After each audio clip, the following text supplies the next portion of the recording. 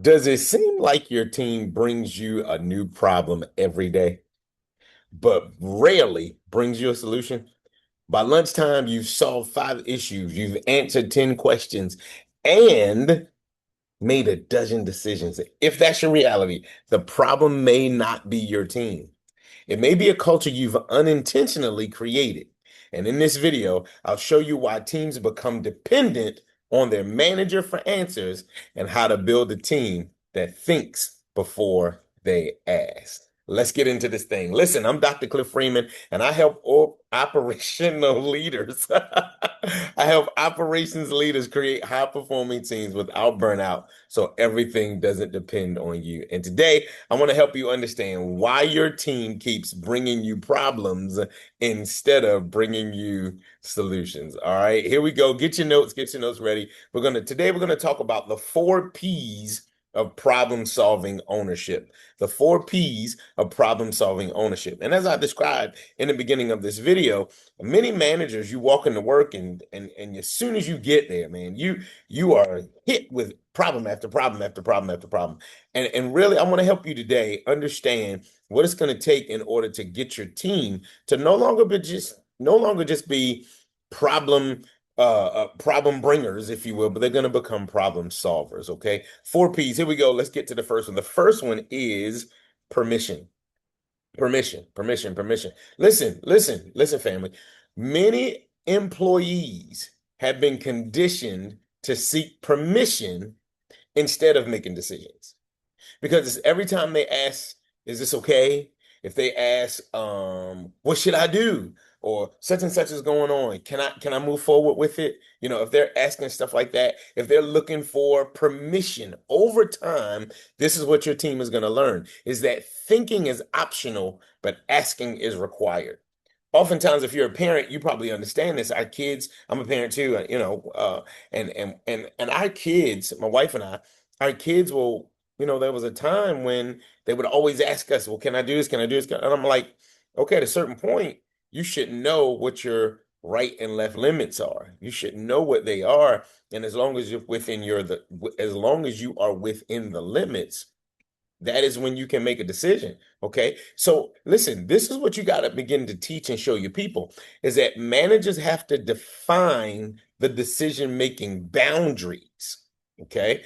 In the military, whenever we were on the range, I was in the U.S. Army vet.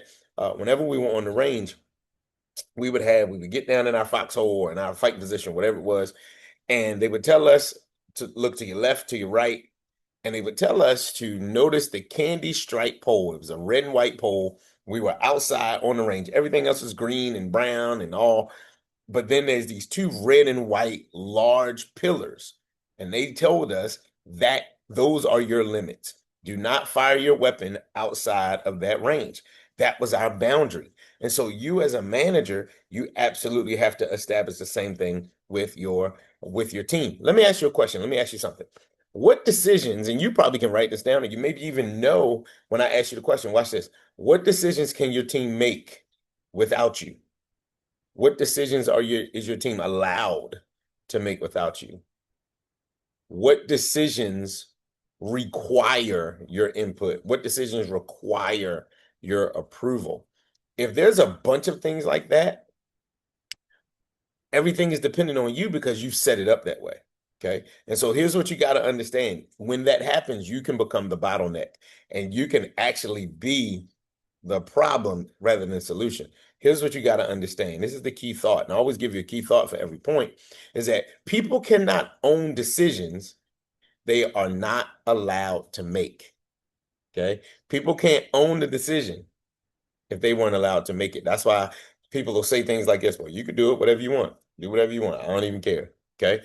All right. So that's the first thing when it comes to why your team excuse me, why your team keeps bringing you problems instead of solutions. Okay. So we talked about this permission. And then secondly, there is practice. Of course, as always, I got my notes down here in front of me on my screen and all of that. There's practice. Listen, most managers expect problem solving skills they've actually never developed. Mhm. Most managers, you may expect your people to have some skills that you didn't develop in them. You don't build decision makers by giving them answers. Okay. You build decision makers by asking them questions. Let me say that again. You do not build decision makers by giving them the answers, but you do build decision makers by asking them questions instead of um instead of here's what you should do. Instead of saying things like that, this is what it sounds like. When you're building decision makers, this is what it sounds like. What options have you considered? So when they bring you the issue, when they bring you the problem, um, what do you think? What do you think is causing the problem? Or when they bring you something else, you can ask a question like, "What would you recommend we do?" And then you sit there and listen. And it may be good, it may be terrible. But guess what? You're teaching your people, you're teaching your staff, you're teaching your team to think. Okay? All right. One person said, "Don't bring me problems, bring me solutions." And we'll talk about that in a moment. Listen, so coaching develops thinking. That's what it is. When you're asking these questions, you're coaching your team to not just be doers, but you're coaching them to be thinkers. I remember I've coached football for a number of years, US football here in America, and there was a time I'll never forget when I was coaching a JV high school team, JV junior varsity. I was coaching a JV high school team, and I said to them, do you guys understand what the objective of football is?" It was like, "Yeah, to score touchdowns." I said, "Really?" And everybody's like, "Yeah, yeah, yeah." I said, "Nah, that's the ultimate, um, that's what happens. But do you know the goal is to get a first down?" It's like, "What you mean, coach?" I said, "Well, football is set up this way. This is the ball. You got 11 on 11, 7 on 7, whatever, however style you're playing. And you can do all these different things. You can pass the ball forward, you can run the ball forward, and you get 4 downs or 4 tries to get 10 yards." I said, "A lot of you think every play we run, I would call a play, and they think it's a failure if we only get 3 yards." I said, "Every play is not designed to be a touchdown. Every play is not designed to go 50 yards. Now it can, great, but every play is not designed to go 50 yards." Like, "Well, coach, don't you want to score?" "Yes, but this is what I want you to know." I said, "Let's do some math." I said, "You got 4 downs to go 10 yards." I said, "We go first down and 10, we go 3 yards. Now we're looking at what? Second and 7." It's like, "Yeah." I said, "Okay, cool." The next play, we get 3.5, 4 yards. Okay, let's say we get 4 yards. Now that's 7 yards we've gotten in 2 downs. Now we're looking at third and 3. So now on this next play, we only need to get 3 yards, and a yard is only 3 feet. So we only need to advance the ball 9 feet. And I said, "What happens at that point?" "We get a first down." I said, "Do you gentlemen see?" He was like, "Oh, coach, I get it." I said, "Listen, the great Hall of Famers in the NFL average 4 yards a carry."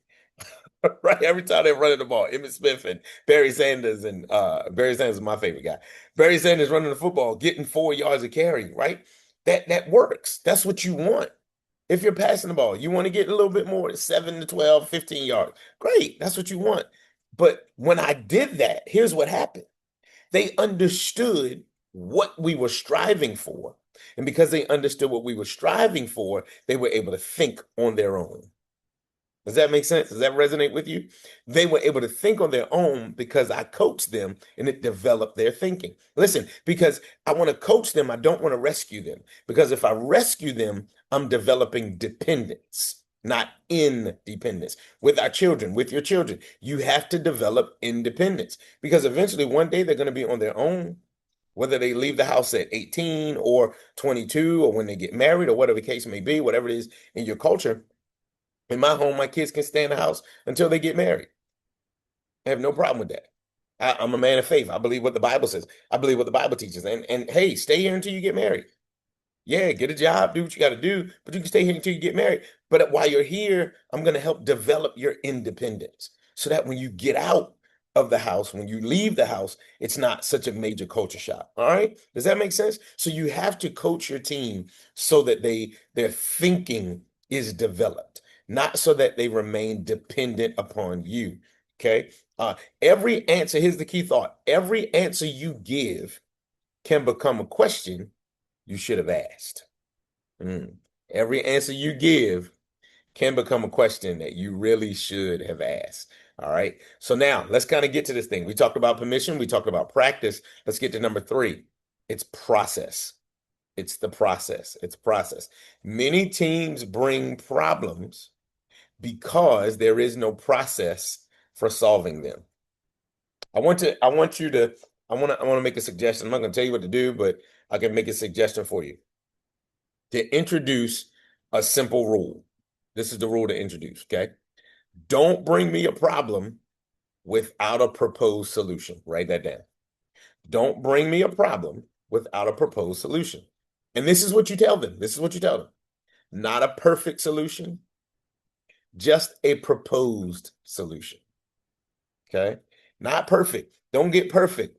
Okay? Just give it. Colin Boyd would say, don't get it perfect, don't get it right. Just give it a go. Just try, right? Give it your best shot. Okay. And watch this. Now your employees will arrive to your desk, knock on your door, and they'll come into your office with a problem, an analysis of the problem, and even a recommendation. How good is that? PAR, P-A-R. If you play golf, it'd be par. So problem, analysis, and a recommendation. Okay.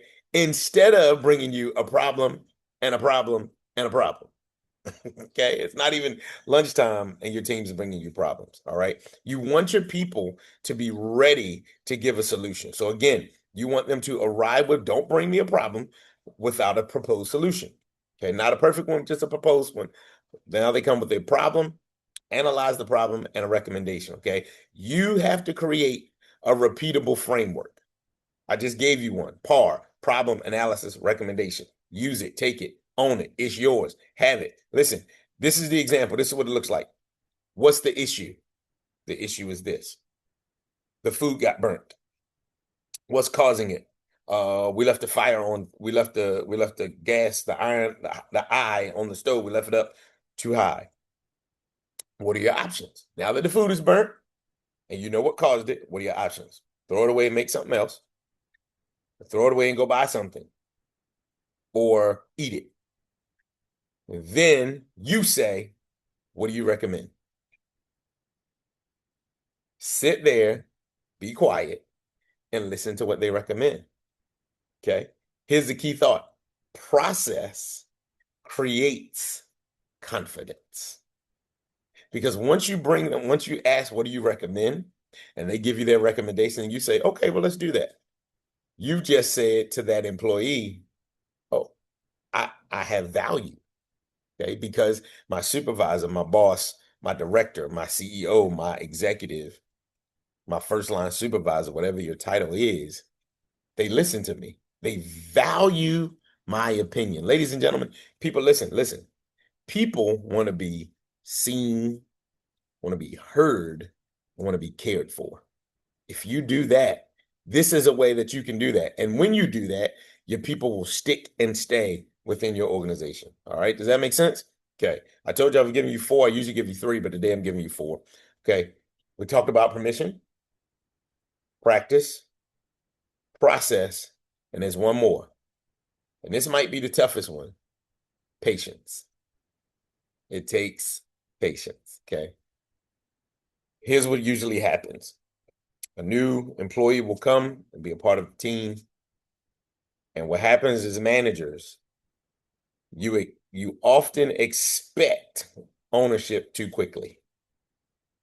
You kind of give them what it is. I had a meeting with someone earlier today, and I had to walk this out myself because the meeting is today. Well, we talked about it today, but we're going to meet again in about, I think it's 2 weeks, where I asked her to look over everything we talked about, make sure she understood it. She has full clarity of everything.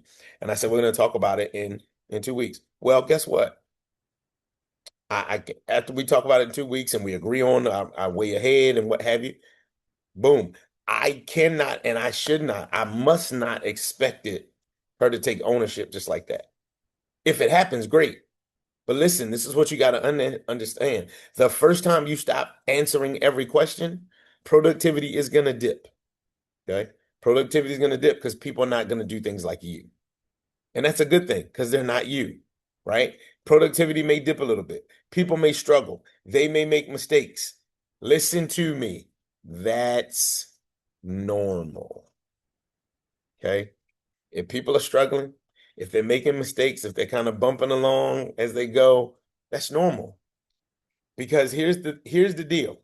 You are not trying to create perfect employees. You are trying to create capable employees. It's not about what you're capable of doing. It's about what you're willing to do. Listen, it's not them trying to create perfect or being perfect, being capable. If they're capable, then they're willing. Okay. You want people that are willing and capable to do whatever they need to do. Does that make sense? Listen, I know it's going to take a while. It's going to take a while. Development takes longer than directing. It's going to take you a little longer to develop the people than it does to just direct them and tell them what to do. Do this, do this, do this, do this, do this. It takes longer to do that. The beauty of development is this: development scales, development grows, development increases.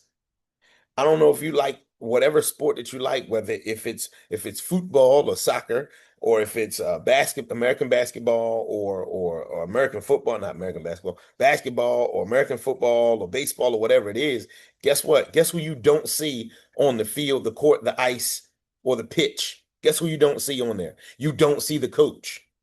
You don't see the coach out there. The coach is on the sideline.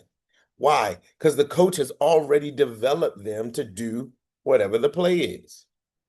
And you have to understand that they got to do it. They got to do it well. They're going to make some mistakes, and everything's not going to be perfect, and everything's kind of going to be right. They're going to turn the ball over, and the other team is going to score. And hey, it's okay.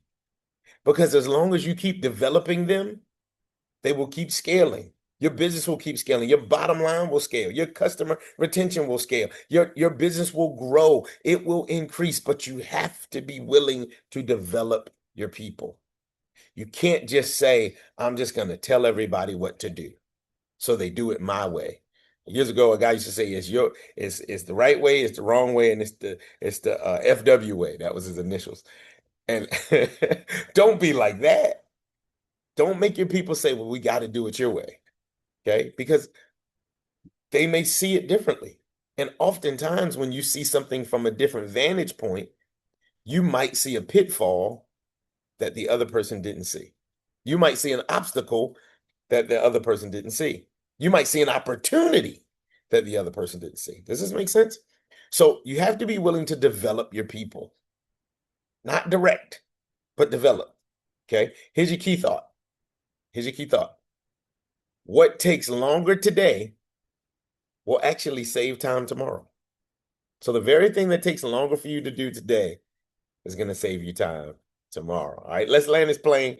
Let's come in. I gave you the 4 P's. I gave you the 4 P's today. Y'all remember what they were? No, I'm going to tell you. They were permission, practice, process, and it's going to take a little patience. All right, listen. Imagine what it would feel like if you were walking into work and having your team bring solutions instead of problems. Imagine what that would look like 3 months from now, 4 months from now, 3 weeks from now. Imagine spending less time fighting fires and more time actually leading, not going from one emergency to another emergency. That's surviving. That is not leading. That's what happens when people learn to think, learn to decide, and they actually take ownership. Now, listen, if you'd like to learn how to create a high-performing team without burnout, so everything doesn't depend on you, I'd like to invite you to my Team Alignment Masterclass, where it's a place where you'll achieve clarity, trust, and execution. We got one coming up here soon. All you have to do is go to the website, drcliffreeman.com/masterclass, drcliffreeman.com/masterclass to get signed up. Listen, spots are limited and they will fill up. And when it's done, it's done. When it's full, it's full. Can't take any more in. So get signed up today. Remember this, as I always say, if you remember nothing else at all, teamwork. It's not talent, it's trust. I'll talk to y'all soon. Peace.